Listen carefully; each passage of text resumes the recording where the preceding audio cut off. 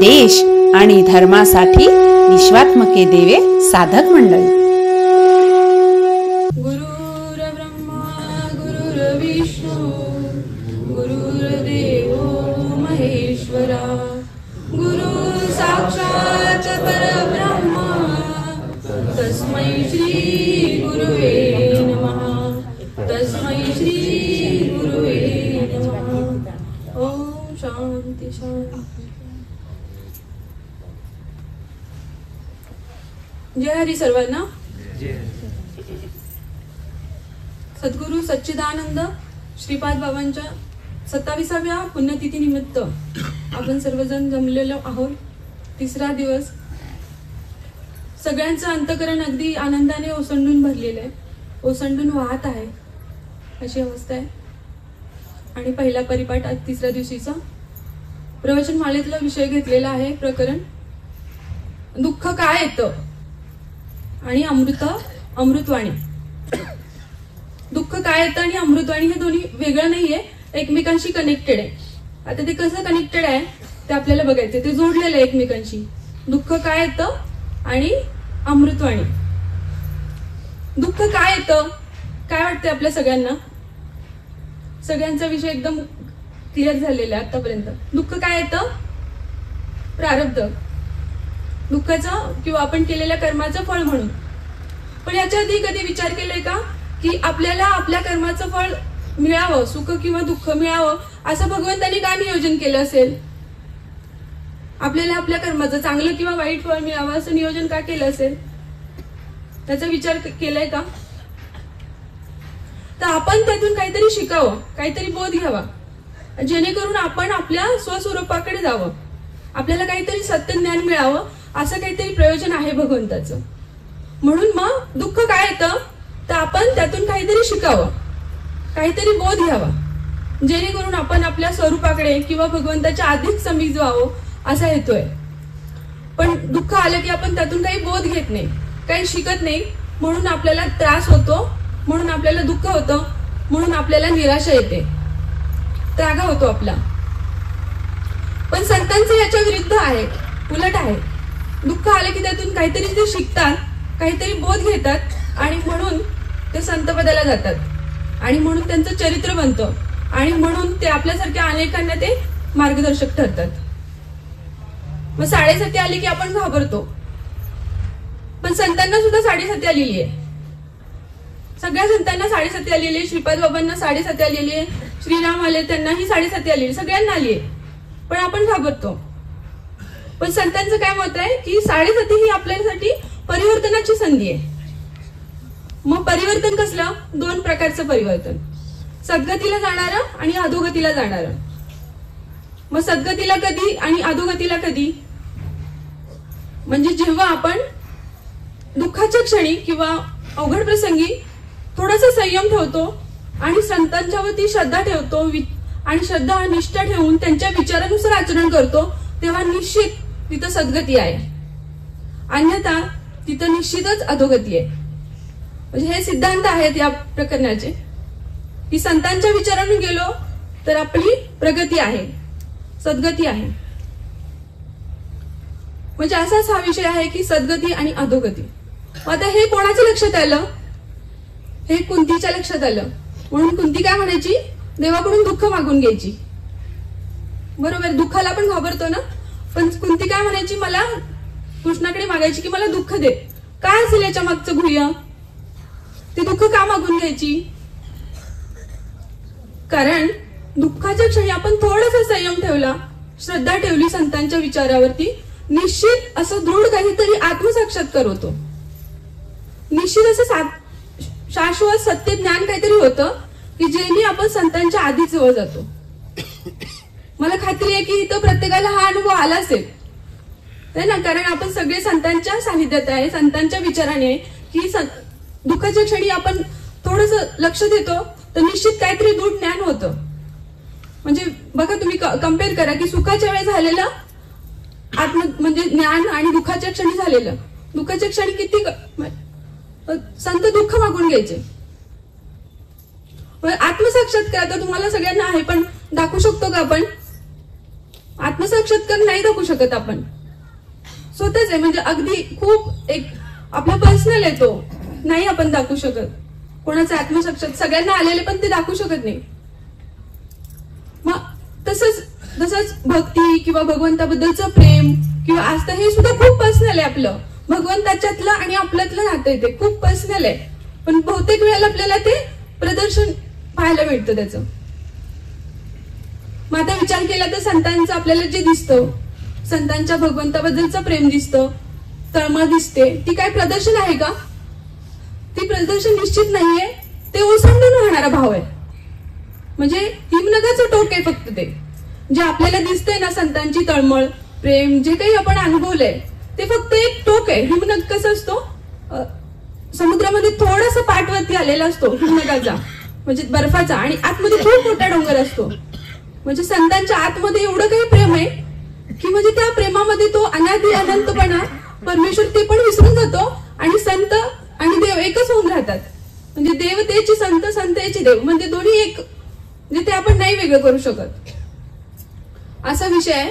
मग आपला मूळ मुद्दा काय होता की दुःखाच्या क्षणी आत्मसाक्षात्कार, म्हणजे दुःखाच्या क्षणी आपण जर थोडंसं संयम ठेवला तर आपल्याला आत्मसाक्षात्कार होतो, काहीतरी दूर ज्ञान होतं, ज्याने परमेश्वरातलं आणि आपलं अंतर खूप कमी होत जातं. सर्व संतांचा असाच अनुभव आहे, सर्व संतांचा अनुभव असाच आहे. तुकाराम महाराजांचं उदाहरण घ्यायचं झालं तर त्यांच्या आयुष्यामध्ये किती दुःख होतं, खूप दुःख होतं त्यांच्या आयुष्यामध्ये. त्यातलाच एक म्हणजे की त्यांच्या कालावधीमध्ये खूप मोठा दुष्काळ पडलेला होता, खूप मोठा दुष्काळ पडला. त्याच्यामध्ये त्यांची म्हणजे जवळची आत्मीयतेची माणसं त्याच्यामध्ये वारली, लोकांची अन्नान्न दशा झाली. मग अशा अवस्थेत त्यांना प्रचंड वैराग्य आलं आणि ते भंडारावर डोंगरावरती जाऊन बसायचे आणि तिथं जाऊन त्यांनी चिंतन केलं, आत्मपरीक्षण केलं आणि संतांच्या विचारांचं वाचन केलं. कितीतरी वेळा ज्ञानेश्वरी त्यांनी तिथं पारायण केलं, त्यांचं खूप वेळा वाचली. मग त्याच्यातून त्यांना जे काही आत्मसाक्षात्कार झाले, मग त्यातून मग हे अभंग निर्माण झाले आणि मग त्यांनी ते अभंग आपल्यासाठी बघा सगळ्यांसाठी कितीतरी, सगळ्यांसाठी ते अनंत काळासाठी ते आपल्याला मार्गदर्शक ठरणार आहेत. दुःखाच्या क्षणी म्हणजे ते झालेले. मग आपलं काय होतंय, आपण दुःख आलं की थोडंसं गडबडतो, घाबरतो, दुःखाला चघळतो, छोट्याचं मोठं करतो किंवा जास्तीत जास्त खूप त्यातनं बाहेर पडलो तर त्या दुःखाचं आपण कौतुक करतो. मी कसं बाहेर पडलो यातून, मी कसं त्यातून स्ट्रॉंग राहिलो, म्हणजे असं. म्हणजे आपण बघतो आत्मचरित्र काही लोक लिहितात ना, आत्मचरित्रमध्ये काय असतं की स्वतःबद्दल मी काय केलं, मला कसं कसं दुःखातून मी बाहेर पडलो, मला किती अडचणी आल्या, मी त्यातून कसं बाहेर पडलो, असं त्याच्यामध्ये सगळं आत्मचरित्र आहे. पण संतांनी कधी आत्मचरित्र लिहिलंय का? मग प्रत्येक संतांना किती दुःख आहे, माऊलींना आहे, तुकाराम महाराजांना आहे, संत सोखामेळा, सगळ्यांचं संतांचं चरित्र बघितलं, खूप दुःख आहे त्यांना. पण कोणत्याच संतांचं आत्मचरित्र आहे का? कोणाचंच नाहीये.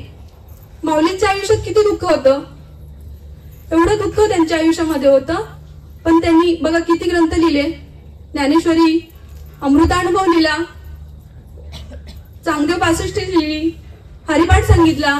मग अजून एखादा ग्रंथ लिहून नसते शकले का आत्मचरित्राचा? पण संतांचं असं नाहीये, त्यांनी कधीही आपलं स्वतःचं गुणगान नाही केलं, त्यांनी नेहमी परमेश्वराबद्दलच बोलले, ते नेहमी परमेश्वराचं गुणगान केलं, परमार्थ कसं करायचं हे सांगितलं, पण स्वतःच्या ह्याचं कौतुक नाही केलं त्यांनी. म्हणजे दुःखाच्या क्षणी कसं स्ट्रॉंग राहायचं ते नेहमी त्यांनी सांगितलं. श्रीपाद बाबांचं पण उदाहरण आहे की त्यांनी सुखाचा संसार सोडला, म्हणजे नोकरी सोडली आणि दुःख मागून घेतलं आपल्यासाठी. प्रत्येक संतांचं असंच आहे की ते दुःखाच्या क्षणी आत्मसाक्षात्कार होत असतो, म्हणून त्या ठिकाणी ते राहत असतात.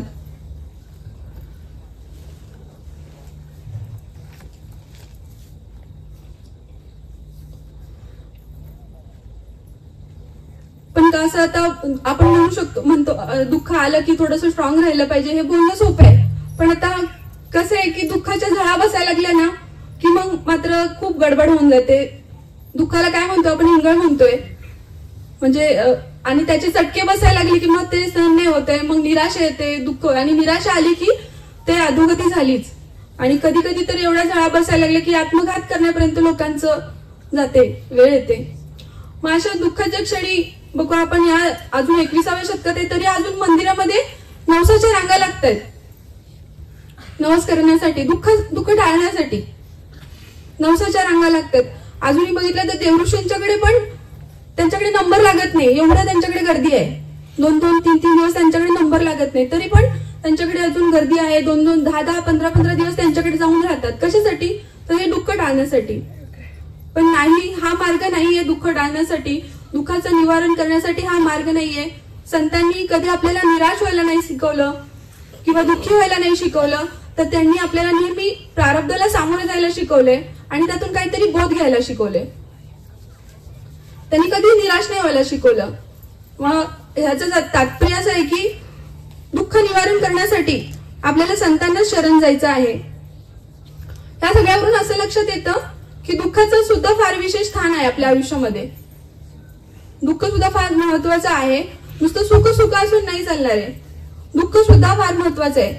म्हणजे बघा, याचं उदाहरण म्हणजे आपण व्यायाम करतो, एक्सरसाइज करतो. काय करतो म्हणजे व्यायाम करतो म्हणजे काय, शरीराला त्रास देतो, घाम गाळायचं, वजन उचलायचं, पळायचं, धावायचं, म्हणजे ताण दिल्यानंतर काय होते, शरीर फिट होते. तसं सुख आणि दुःख हे सुद्धा मनाचे व्यायाम आहेत. ते दोन्हीचा समतोल राखला तर आपलं मन मजबूत होते. म्हणजे सुख दुःख हे फार दोन्ही बॅलन्स मध्ये असलं पाहिजे. पण आपण काय, सुख पाहिजे आणि दुःख नकोय. पण सुख दुःख असं समानच आहे. म्हणजे त्या दृष्टीने संतांच्या विचारांनी जर आपण गेलो तर ते दोन्ही समान आहे. नुसतं सुख पण असून चालत नाही. आपण बघा, लहानपणापासून एक गोष्ट ऐकलेली आहे एका राणीची. एक राणी असते, राणी म्हटली की काय, तिच्याकडे सर्व सुख असतं, तिच्याकडे काही सुख म्हणजे कुठल्या सुखाची कमतरता नसते. पण तिला तरी एक दुःख असतं. काय दुःख असतं तिला? की तिला झोप लागत नाही. मग ती राणीच म्हटल्यानंतर सगळे उपाय करून होतात राजाचे, दवा पाणी सर्व करून, पण काही तिला तिचं काय झोपेचा आजार तिचा बरा होत नाही, तिला झोप लागत नाही. काही मऊ मखमली गादी, त्याच्यावरती फुलं वगैरे अंतरतात, पण काही तिचा उपयोग होत नाहीये. पण एक दिवस ते वनात फिरायला गेल्यानंतर अजून एक दुःख येतं की ती त्या वनामध्ये हरवते. आणि मग वनामध्ये भटकल्यानंतर तिला एक म्हातारीची झोपडी दिसते. वेळेला आसरा म्हणून तिथं ती जाते.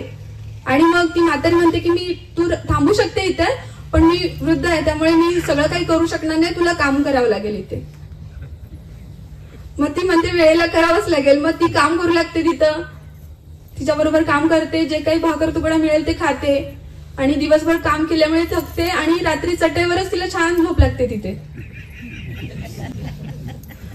म्हणजे ह्या प्रसंगातून ती बोध घेते की आपल्या आयुष्यामध्ये काय कमी होतं. दुःख आलं तिला, पण तिने ते शिकली आहे की माझ्या आयुष्यात कष्ट कमी पडतात. मग त्याच्यानंतर मात्र तिचा आजार निघून जातो. म्हणजे दुःखातून शिकलं की काहीतरी. मग असं आहे की दुःख चांगलं किंवा वाईट असं काही नाहीये. आपण वाईट समजतोय, पण दुःख चांगलं किंवा वाईट असं नाही. आपण आपल्या प्रकृतीनुसार ते दुःखाकडे बघतोय. म्हणजे एखाद्याची सवय आहे की मोठं दुःख असेल तर त्याला छोटं करतो, आणि एखाद्याची सवय आहे की छोटं असेल तर त्याला मोठं, राईचा पर्वत करतो.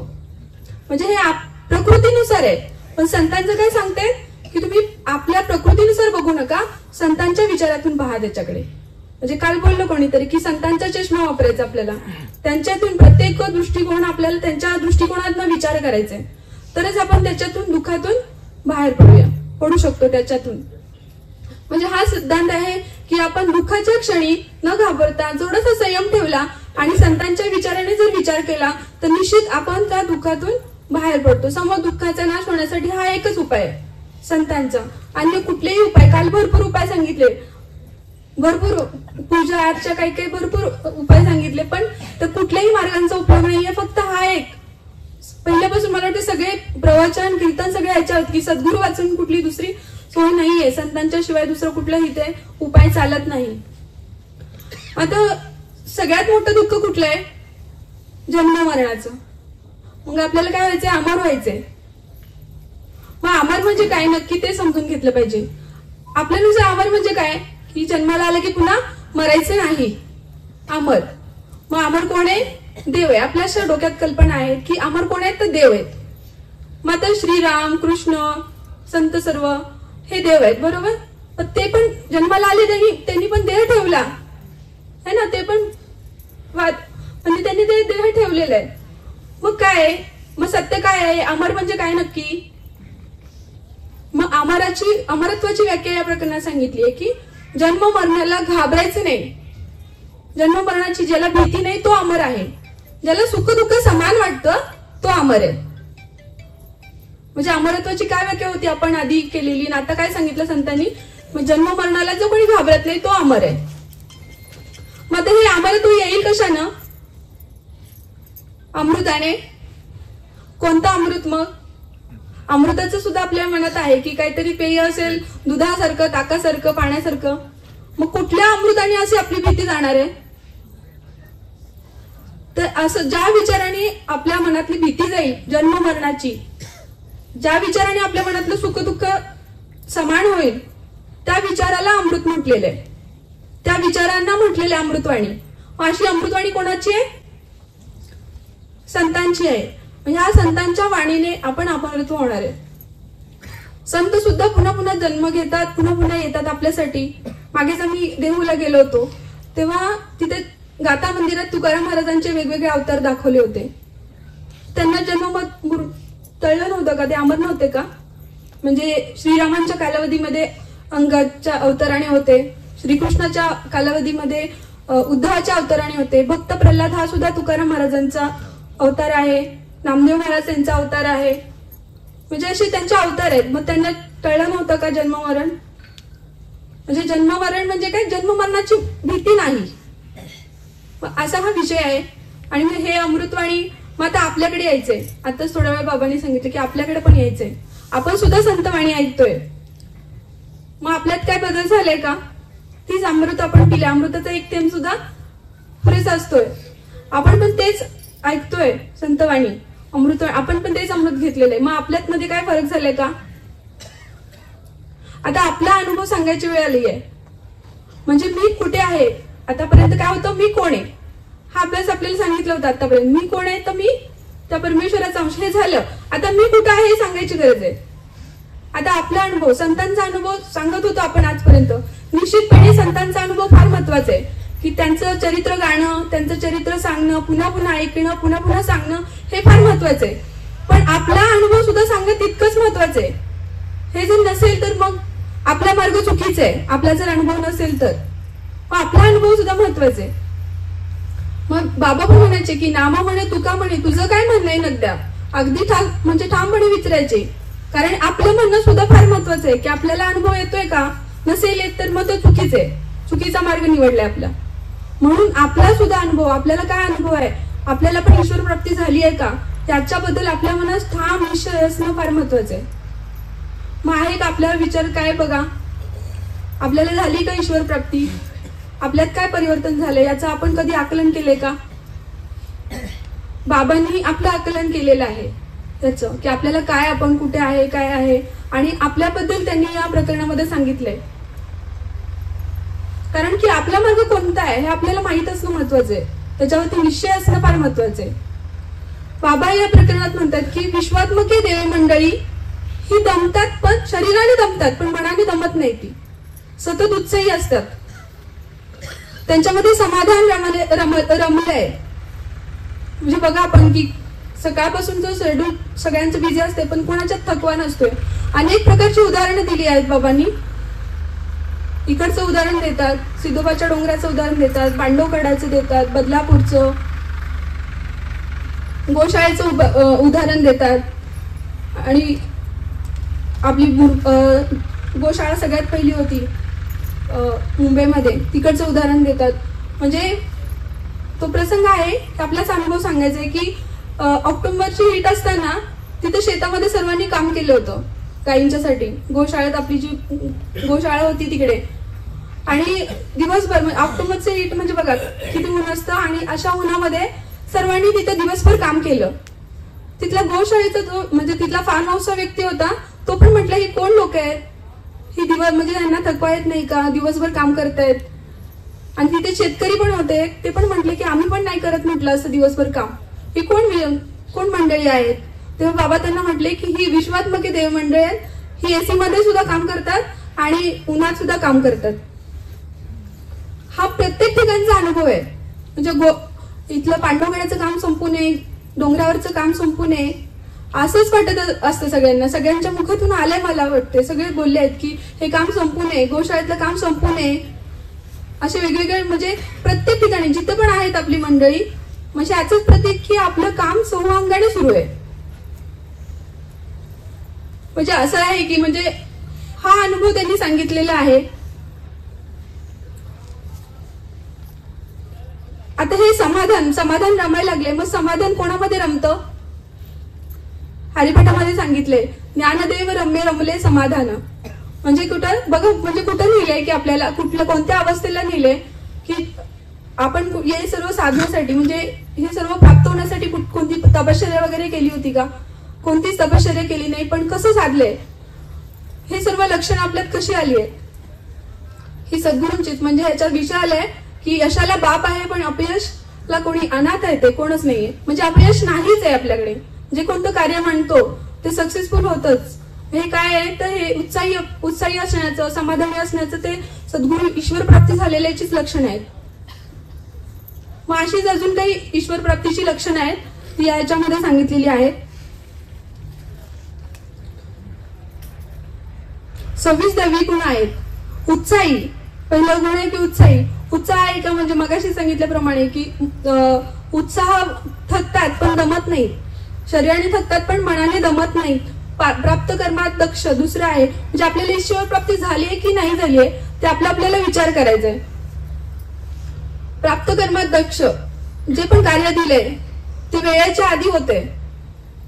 म्हणजे इतकं की टायमिंग आता बऱ्याच म्हणजे भरपूर, पहिलं सारखं चुकायचं पण आता भरपूर वेळेत चालेल सगळे.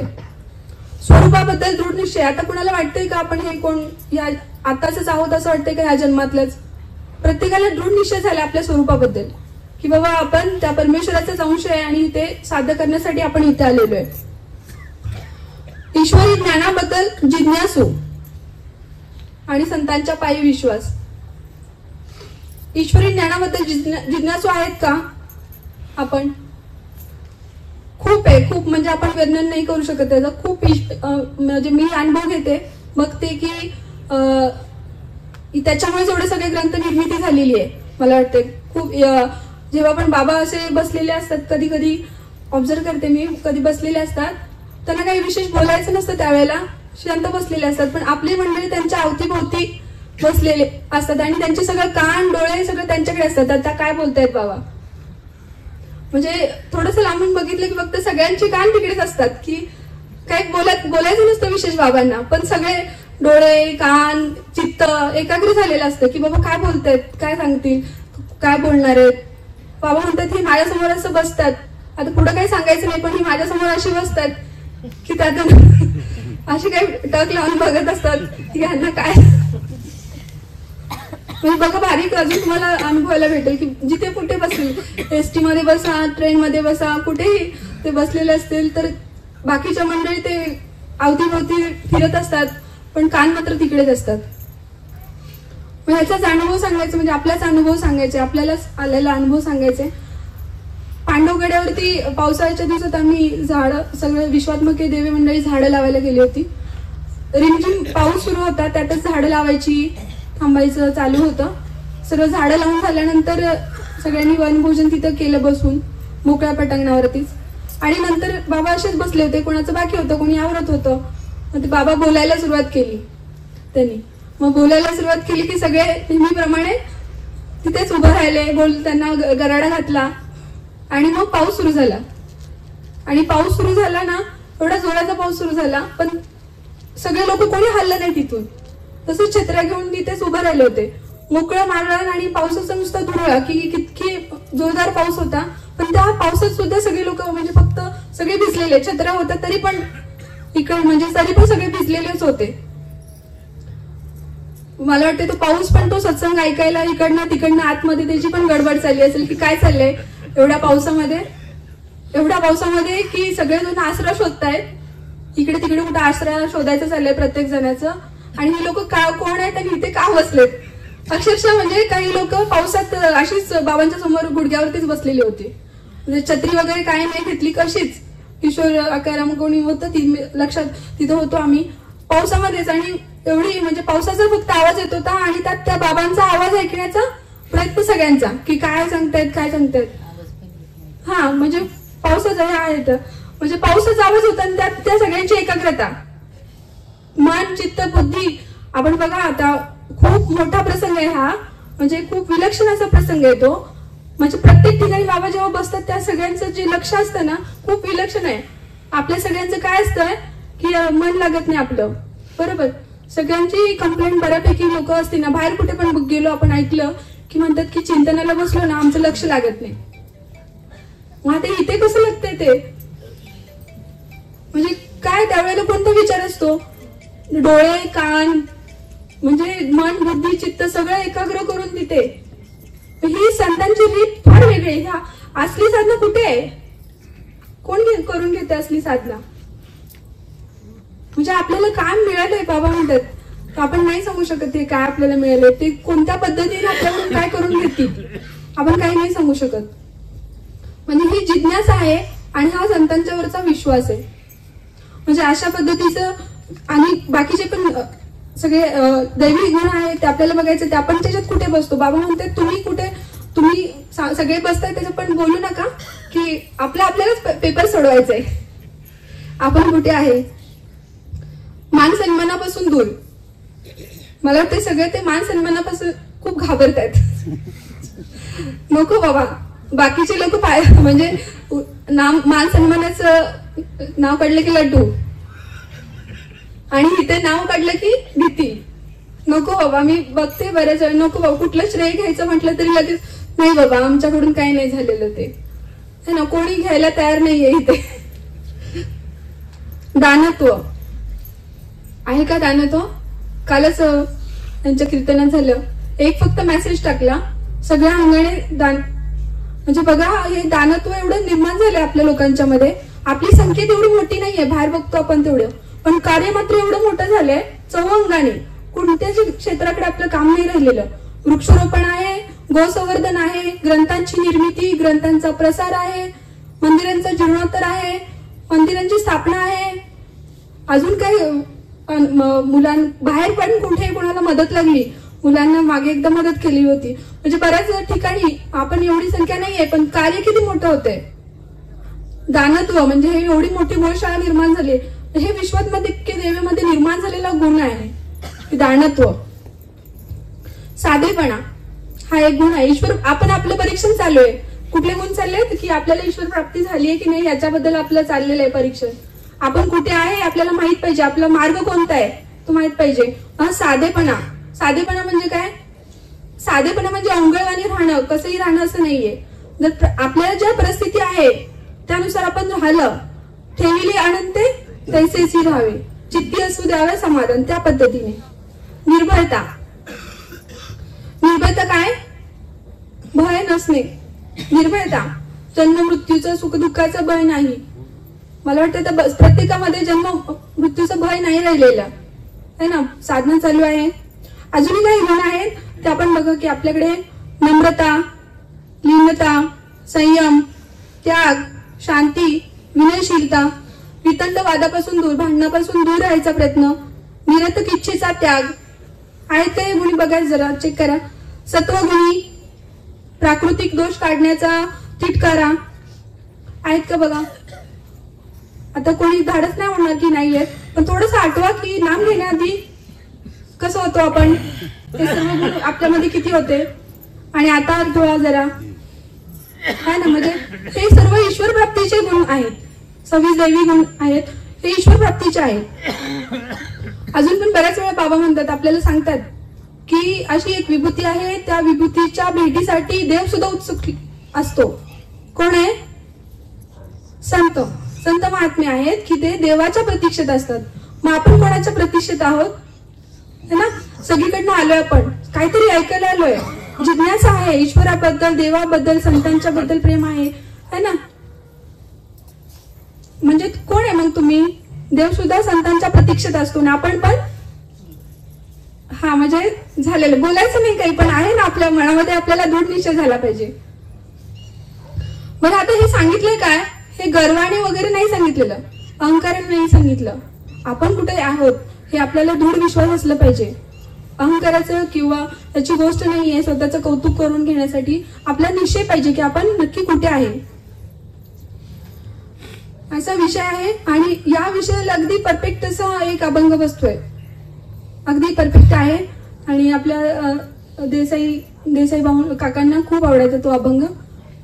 तोच आपण अभंग घेऊन त्याचा थोडासा विस्तार करू. गाणार तुम्ही सगळे. सुखा लागी करशी तळमळ, सुखा लागी करशी तळमळ, सुखा लागी करशी तळमळ, सुखा लागी करशी तळमळ, सुखा लागी करशी तळमळ, सुखा लागी करशी तळमळ, सुखा लागी करशी तळमळ, सुखा लागी करशी तळमळ. तरी तू पंढरीसी जाय एक वेळ, तरी तू पंढरीसी जाय एक वेळ, तरी तू पंढरीसी जाय एक वेळ, तरी तू पंढरीसी जाय एक वेळ.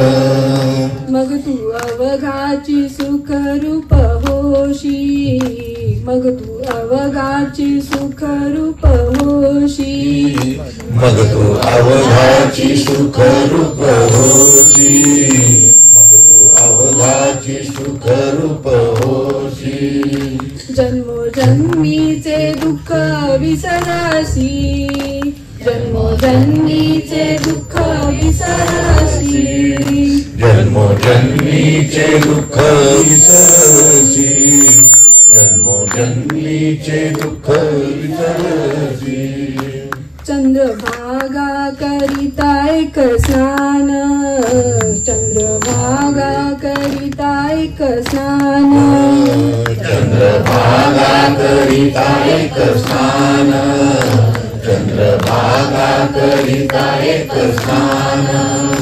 तुझे दोष पळती रानोरान, तुझे दोष पळती रानोरान, तुझे दोष पळती रानोरान, तुझे दोष पळती रानोरान.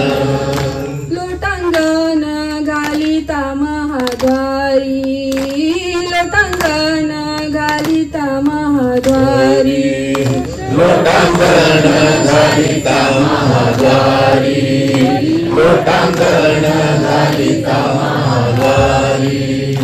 कान धरुनी नाचे चक्र गरुड पारी, कान धरुनी नाचे गरुड पारी, कान धरुनी नाचे गरुड पारी, कान धरुनी नाचे गरुड पारी. नामा मने उपमा काय द्यावी, नामा मने उपमा काय द्यावी, नामा मने उपमा काय द्यावी, नामा मने उपमा काय द्यावी. माझ्या विठोबाची अलवला घ्यावी, माझ्या विठोबाची अलवला घ्यावी, माझ्या विठोबाची अलवला घ्यावी, माझ्या विठोबाची अलवला घ्यावी. सुखा लागी करशी तळमळ, सुखा लागी करशी तळमळ, सुखा लागी करशी तळमळ, सुखा लागी करशी तळमळ. तरी तू पंढरीसी जाय एक वेळ, तरी तू पंढरीसी जाय एक वेळ, तरी तू पंढरीसी जाय एक वेळ, तरी तू पंढरीसी जाय एक वेळ. एकदम बघा ऐकताना तुम्हाला लक्षात आलं असेल की जसंच्या तसं सर्व अभंग इथं बसलेलं आहे. तर आपण त्याचं पण बघूया की आता हे रूपक कशाला काय दिलंय ते समजून घ्यायचं. मग आपण आता शिवतत्व आहे ना सगळीकडे आहे, तरी पण आपण मासाळवाडीमध्ये त्याचा मूर्त स्वरूपामध्ये स्थापना केली. तसंच मग आता प्रत्येक ठिकाणचं आपण इथे रूपक लावून मग अभंग सोडवायचा. पंढरी म्हणजे काय तर सद्गुरुधाम, सद्गुरु जिथं आहेत ते, मग ते पंढरी. आणि विठ्ठल म्हणजे कोण सद्गुरु, सद्गुरूंना रूपक आहे. आणि चंद्रभागा म्हणजे काय, चंद्रभागा म्हणजे तीर्थ की जिथं आपण पवित्र होतो. आणि मग असं तीर्थ कुठलं मग सांगितल्याप्रमाणे संतांचे विचार. मग सुखा लागी करशी तळमळ तरी तू पंढरीशी जाय एक वेळ है ना. म्हणजे तुम्हाला सुख सुख जर शाश्वत सुख हवं असेल तर तुम्हाला सद्गुरु धामामध्येच जावं लागेल. हा सिद्धांत या प्रकरणाचा है ना. म्हणजे तुम्हाला सुखासाठी दुसरा कुठलाही पर्याय नाहीये, दुसरा अन्य पर्याय कुठला नाही. फक्त संतांच्या ठिकाणी जावं लागेल, तिथं नाम घ्यावं लागेल, तिथं विषय प्रयोजन समजावून घ्यावं लागेल, कर्माचा संबंध समजावून घ्यावा लागेल, चांगला आणि बारीक विचार करायला लागेल. तेव्हा मग आपण पंढरीलाच जायला लागेल, दुसरं कोणतंही क्षेत्र नाहीये. सद्गुरु धामामध्ये जायला लागेल. मग तू अवघाचे सुखर पोहोशी जन्मोजन्मीचे दुःख विसरशी है ना. जन्मोजन्मीचे म्हटले का जन्म मरणाचे, जन्मोजन्मीचे म्हटलेले मग काय कुठलं दुःख, जन्म मरणाचं नाहीये है ना.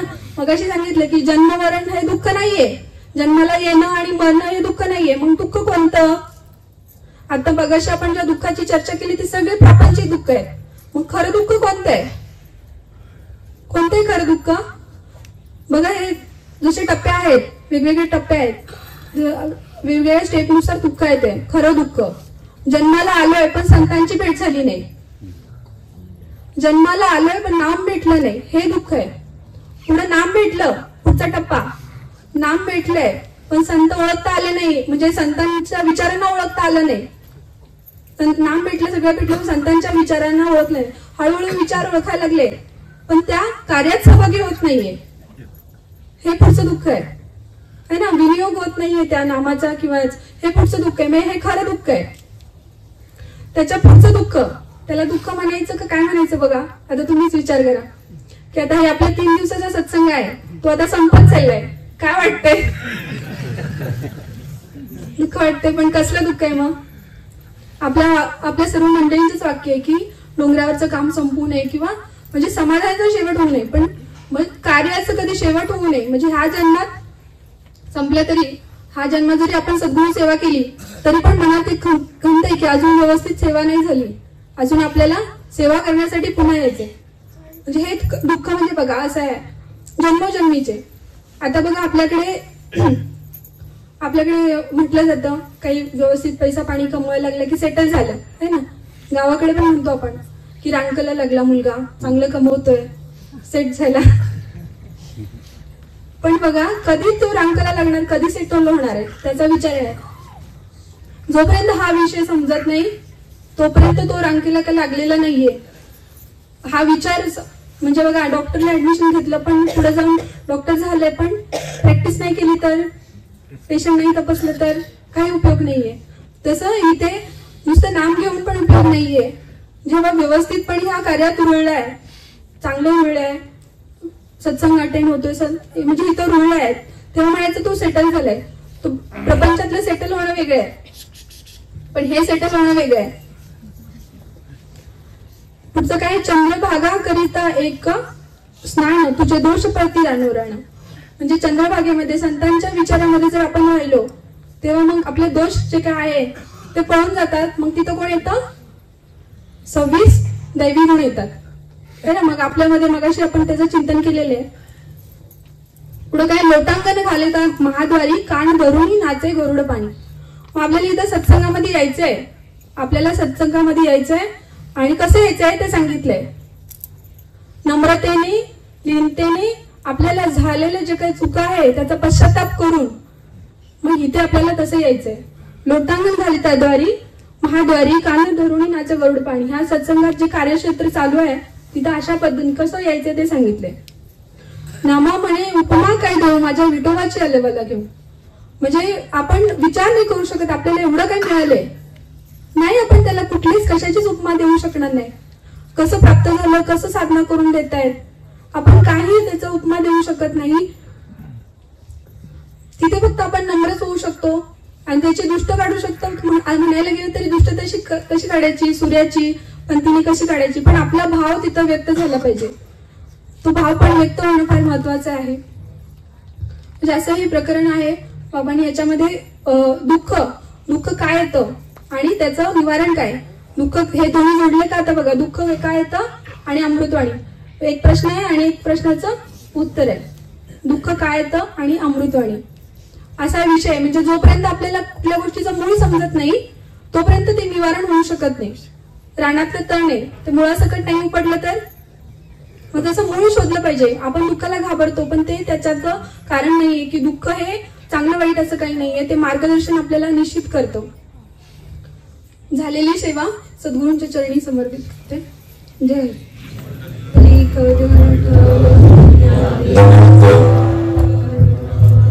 तुकाराम